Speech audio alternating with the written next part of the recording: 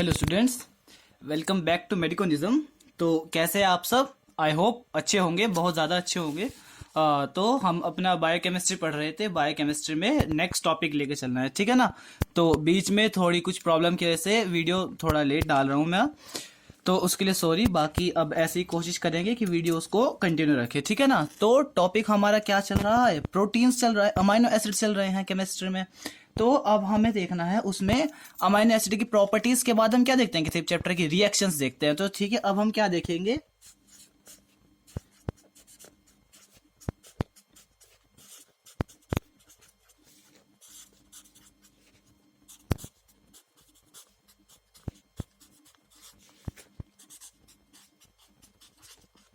Reactions of amino acids, ठीक है ना।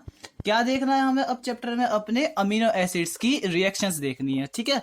तो अमीनो एसिड की रिएक्शन देखना शुरू करते हैं, चलिए।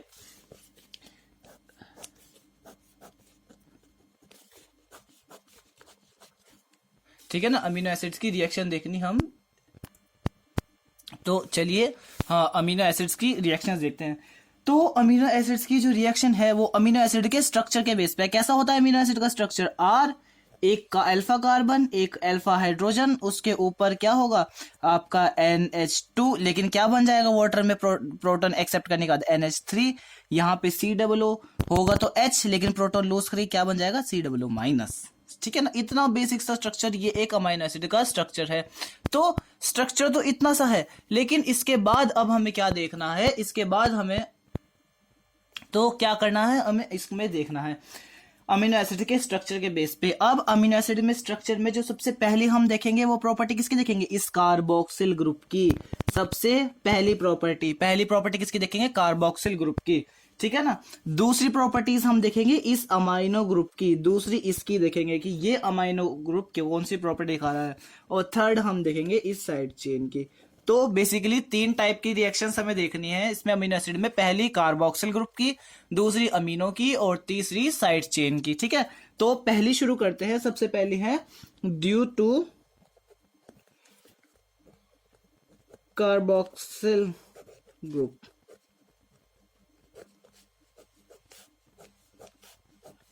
ठीक है ना, कार्बोक्सिल ग्रुप कौन कौन सी रिएक्शंस दिखा रहा है वो देखना है, ठीक है ना। Carboxyl group. अब पहली बात, सबसे पहले अमीनो एसिड का स्ट्रक्चर देख रखा है, ठीक है ना। इसमें जिसकी 2 रिएक्शंस हैं, कितनी रिएक्शंस देखनी है इसकी? 2 रिएक्शंस। सिर्फ 2 रिएक्शन से दिखाता है। एक दिखाता है आपकी डी कार्बोक्सिलेशन, बहुत पढ़ी होगी 12th क्लास में, केमिस्ट्री ऑफ कार्बोक्सिलिक एसिड्स में, है ना। डी कार्बोक्सिलेशन क्या उसमें यूज करते हैं हम, ठीक है ना। सोडा लाइम वगैरह यूज करते हैं हम 3:1 में, वो सब करके उसमें पढ़ा होगा। तो एक तो ये डी कार्बोक्सिलेशन रिएक्शन देखनी है, और दूसरी एक अमाइड फॉर्मेशन की रिएक्शन देखनी है। वो आपने देखा होगा ना, उस एस्टर्स के डेरिवेटिव्स होते हैं जो एमाइड्स, उनकी। तो पहले रिएक्शन शुरू करते हैं डी कार्बोक्सिलेशन। अब देखो कितना बेसिक है। अमीनो एसिड ये है, ठीक है ना। इसके अंदर ये R ग्रुप है, ये अमीनो ग्रुप है, ये COOH ग्रुप है। इस COOH को रिमूव करना है, ठीक है ना। इस COOH ग्रुप को रिमूव करना है और इसे CO2 बना देना है। जिसका ये पूरा ग्रुप है, इसे CO2 बना के निकाल दो, यही है आपका डी कार्बोक्सिलेशन, ठीक है। तो ठीक है ना, तो इसके एग्जांपल्स देखते हैं हम, ठीक है। ठीक है, एग्जांपल्स देखते हैं कि इसके कौन कौन से एग्जांपल होंगे। तो सबसे पहले देखते हैं हिस्टिडीन। हिस्टिडीन का सिंबल क्या होगा? हिस्टिडीन का सिंबल होगा H। हिस्टिडीन के फॉर्मूले में से आप बस इतना पहली बात तो मेडिकल में याद करने की, समझने की बहुत ज्यादा कोशिश करनी है। याद करना, समझ के चलना, इसकी बहुत ही ज्यादा कोशिश करनी है आपको, ठीक है ना। और बाकी ये कि डीप में नहीं जाना है, डिटेल्स में नहीं जाना है आपको, क्योंकि डिटेल में जाओगे अपना ही लॉस करोगे। इतना ज्यादा सिलेबस है, इतना बड़ा है कि होच पोच सब कर दोगे और सब खराब हो जाएगा, ठीक है ना। तो इतनी होच पोच में नहीं रहना है, ठीक है। तो हिस्टिडीन है। अब हिस्टिडीन का फॉर्मूला क्या होता है? हिस्टिडीन का क्या फॉर्मूला होता है? ये सब है, ये अगर मन है तो याद कर लेना, वैसे जरूरत नहीं है। हिस्टिडीन के फॉर्मूले से आप CO2 निकाल दो, CO2 रिमूव कर दिया हमने इसमें से, प्लस CO2 रिमूव होने के बाद जो ये बना उसे हम बोलते हैं हिस्टामीन। अब हिस्टामीन का नाम तो बहुत ज्यादा सुना होगा। तो हिस्टामीन ऐसे बनता है हिस्टिडीन में से CO2 रिमूव होने के बाद। पहला एग्जाम्पल दूसरा एग्जाम्पल है टायरोसिन। टायरोसिन का सिंबल क्या होता है? वाई, टायरोसिन, क्योंकि टी हमने किसको दे रखा है? टी हमने दे रखा है उसको थ्रियोनिन को, वाई। इसमें से CO2 निकाल दो, क्या बनेगा? ट्रिप्टामिन, वो टायरामीन, टायरामीन, ठीक है, टायरामीन बन जाएगा। अब है आपकी most complex amino acid tryptophan, sorry TRYPTO, tryptophan. Tryptophan का सिंबल क्या होता है? डब्लू। डब्लू कैसे याद करवाया था? टंगस्टन से याद कराया था आपको। ट्रिप्टोफान से क्या बनेगा? ट्रिप्टअमीन, ट्रिप्टअमीन। ये वाई यहाँ पे नहीं होगा, यहाँ पे बस होगा TRY, tryptamine plus CO2, tryptamine plus CO2, ठीक है ना। अब लाइसिन, लाइसिन का सिंबल क्या बताया था आपको? के क्यों रखा इसका सिंबल? क्योंकि L पहले ही ल्यूसिन के पास जा चुका है, Y हमारा इसके टायरोसिन के पास जा चुका है, तो इसलिए हमने क्या करा, जो अल्फाबेटिकली ऑर्डर में इसके पास पड़ रहा है हमने वो इसको सिंबल दे दिया, ठीक है ना। तो ये तो लाइसिन से बनेगा आपका एक मॉलिक्यूल जिसको हम बोलते हैं कैडेवरीन, कैडेवरीन, कैडेवरीन प्लस CO2, ठीक है ना। ग्लूटामिक एसिड, ग्लूटामिक एसिड ऐसा करके प्रोनाउंसिएशन से कुछ सिखाया था ना, फॉर्मूला E होगा इसका। इसमें से क्या करो, इसमें से आप CO2 ग्रुप निकाल दो, क्या बनेगा? एक न्यूरोट्रांसमीटर बन जाएगा गाबा, गामा अमीनो ब्यूटारिक एसिड, ठीक है ना। क्या नॉन अल्फा अमीनो एसिड का एग्जांपल है ये। चलो पहला हुआ। अब दूसरा इसका लेके चलते हैं हम, ड्यू टू सॉरी अभी तो यही है, अभी इसमें अमाइड ग्रुप की वजह से, अमाइड ग्रुप, इसमें अमाइड ग्रुप जो होंगे वो भी रिएक्शंस दिखाते हैं। अमाइड ग्रुप कौन से तरह की रिएक्शन दिखाते हैं वो देखना है इसमें, कि अमाइड ग्रुप कौन सी रिएक्शन दिखाते हैं। अमाइड ग्रुप इनमें बताते हैं सॉरी, अमाइड ग्रुप में इनमें क्या होता है, जैसे इनका जैसे कोई कार्बोक्सिलिक एसिड है, कोई कार्बोक्सिलिक एसिड है जिसके अंदर डाई कार्बोक्सिलिक एसिड है वो, ठीक है ना, डाई कार्बोक्सिलिक एसिड है, तो उसका एक कार्बोक्सिलिक एसिड तो अल्फा होगा और एक अल्फा के अलावा होगा। तो जो उसका अल्फा के अलावा वाला कार्बोक्सिलिक एसिड होगा वो क्या करेगा, वो अमोनिया के साथ रिएक्शन करके एक न्यू अमीनो एसिड आपको दे देगा। एग्जाम्पल के तौर पे लेके चलते हैं, जैसे ग्लूटामिक एसिड। अच्छा, ये दोनों के दोनों एसिड है। एसिड कैसे हैं? ग्लूटामिक एसिड और एस्पार्टिक एसिड। क्योंकि एसिड क्यों है? क्योंकि इनके अंदर कार्बोक्सिलिक ग्रुप ज्यादा है, तो एक अल्फा ग्रुप होगा और एक अल्फा के अदर वाला। तो अल्फा के अदर वाला जो होगा वो इनका अमोनिया के साथ रिएक्शन करने के बाद क्या करेगा, नई अमीनो एसिड दे देगा। अमाइड ग्रुप वाली अमीनो एसिड कौन कौन सी होती है? यहां पे आएगी ग्लूटामिन, ग्लूटामिन, और यहां पर आएगी आपकी एस्परजीन। ग्लूटामिन का सिंबल Q, एस्परजीन का सिंबल N, ठीक है ना। अब चलते हैं दूसरा है इसमें रिएक्शंस ड्यू टू किसकी वजह से? कार्बोक्सिल के बाद अमीनो ग्रुप।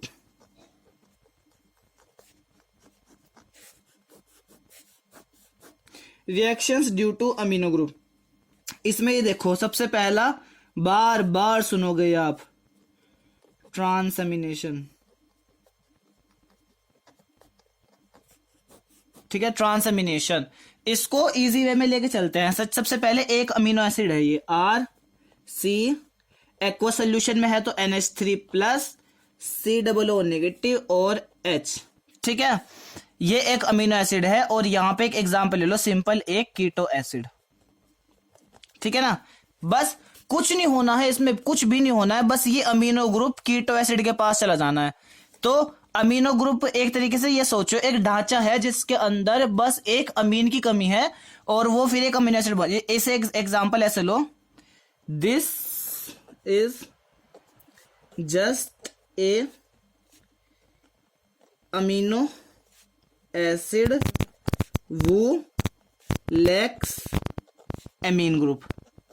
ये एक ऐसा मॉलिक्यूल है, प्रिकर्सर है, जिसके अंदर अमीनो ग्रुप नहीं है, बस है अमीनो एसिड। ये भी ऐसा इस समझ के चलना है इसको। अब हमने क्या करा, अब हमने कीटो एसिड ने जब इसके पास अमीन की तो कमी थी, अमीन इसे यहां से एक्सेप्ट कर लिया, अब इन्हें क्या बना दिया, new amino acid, new amino acid. इससे क्या बन गया आपका, इससे न्यू अमीनो एसिड बन गया, ठीक है ना। और साथ में क्या हुआ, एक ढांचा अलग निकल गया जो दूसरा कीटो एसिड बना, ठीक है ना, वो दूसरा कीटो एसिड बन गया। बस यही है आपका क्या, ये ट्रांस अमीनेशन, ठीक है ना।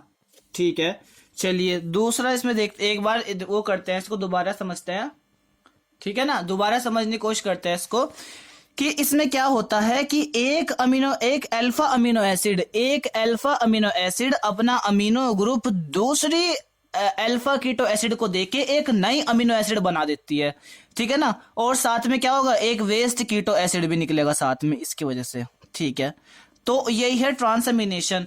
इस रिएक्शन का क्या काम होता है, ये रिएक्शन कब हेल्पफुल करती है, ये रिएक्शन तब हेल्पफुल करती है जब हम बॉडी के अंदर, जैसे बॉडी है, बॉडी के अंदर हम कौन सी लेते तो हैं हम एसेंशियल अमीनो एसिड जो हमें चाहिए, और बॉडी के अंदर उनसे क्या होता है, एसेंशियल से नॉन एसेंशियल बनती हैं, तो वो इसी प्रोसेस से बनती है, ट्रांसअमीनेशन से। इसलिए ये प्रोसेस जरूरी है, इसकी इंपॉर्टेंस है ये, ठीक है ना, इंपॉर्टेंस,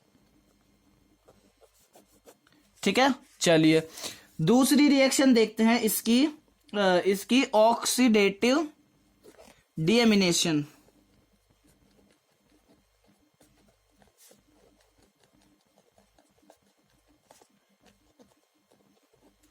ऑक्सीडेटिव डीएमिनेशन, ठीक है ना, सॉरी ठीक है ना, ऑक्सीडेटिव डीएमिनेशन हमें पढ़ना है। तो इसमें क्या होता है आपका, है ना, इसमें क्या होना है, एक तरीके से बस इतना सोच लो कि जैसे एक अमीनो एसिड है, अल्फा अमीनो एसिड है, नॉन अल्फा नहीं है, अमीनो एसिड में से अमीनो एसिड माइनस NH2 अमीन ग्रुप, तो इससे क्या होगा, इसमें से अमीन ग्रुप हमने माइनस कर लिया, तो अब इससे क्या होगा, इससे क्या बनेगा, एक तो बनेगा कीटो एसिड प्लस अमीन या अमोनिया, मतलब ऐसा बनेगा, ठीक है ना। बस यही है आपकी ऑक्सीडेटिव डीएमिनेशन, कि इसके अंदर अल्फा अमीनो एसिड में से हमें NH2 ग्रुप को माइनस करना है, और फॉर्मेशन के तौर पे हमें क्या मिलेगा, एक नया कीटो एसिड और एक अमोनिया। इसका एग्जांपल है ग्लूटामिक एसिड, एक अल्फा अमीनो एसिड है, उसके अंदर से मैंने अमीन ग्रुप निकाल लिया, माइनस अमीनो ग्रुप कर लिया, तो उससे क्या बना, NH3, उस अमीन ग्रुप से तो NH3 बन गया, प्लस ग्लूटामीन एक क्या है, कीटो एसिड है, ग्लूटामीन, ठीक है ना। ग्लूटामीन का नाम तो बहुत सुना होगा बॉडी के अंदर। तो ये है थर्ड रिएक्शन है इसकी, थर्ड रिएक्शन है formation of carb amino compound, carb amino compound formation, carb amino compound formation. Carb amino compounds तो पता होंगे ना आपको कौन सा होता है, carb amino compounds. Carb amino compounds एक तरीके से टिश्यू से और मतलब सॉरी ऑर्गन से टिश्यू, लंग्स पे, लंग से टिश्यू में क्या करते हैं, CO2 का ट्रांसपोर्ट करने में हेल्प करते हैं ये, ठीक है ना। तो इसमें एक तरीके से ये सोचो, जैसे हीमोग्लोबिन भी एक प्रोटीन है, किस अमीनो एसिड से बनी हुई है, जैसे हीमोग्लोबिन है, हीमोग्लोबिन का सबसे टर्मिनल पार्ट कौन सा है, NH2। इस NH2 के अंदर हमें CO2 इनकॉर्पोरेट करनी है, CO2 जब इनकॉर्पोरेट हुई तो कैसे होगी, HB